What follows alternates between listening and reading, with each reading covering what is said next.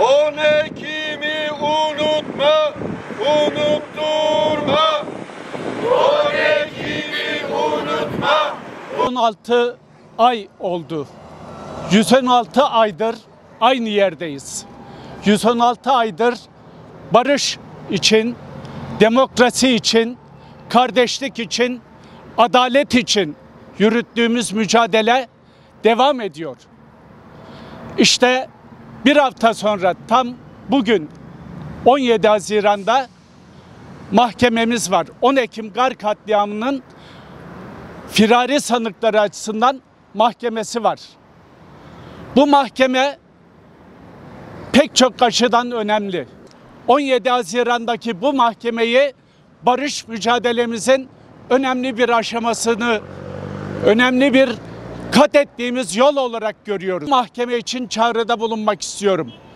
17 Haziran saat 10'da 10 Ekim Gar katliamının duruşmasında sizlerle yan yana, sizlerle omuz omuza, sizlerle barış ve demokrasi mücadelesinde yürüyüş yapmaya davet ediyoruz. Güçlerimizi birleştirip yan yana, omuz omuza bu mücadeleyi devam ettirmemiz gerekiyor. Büyük bir aileyiz. Bu ülkede bir barış olacaksa bizimle beraber bir barış olacak.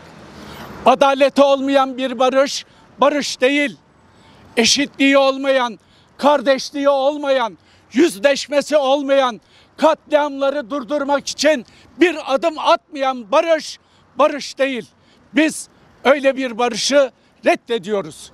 Bizim barışımız kardeşlikle, bizim barışımız demokrasiyle, bizim barışımız adaletle donanmış bir barış olacak ki o zaman öfkemiz bitsin, ki o zaman yasımız bitsin.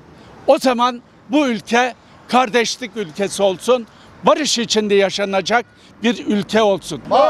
Unutturma, 10 Ekim'i unutma.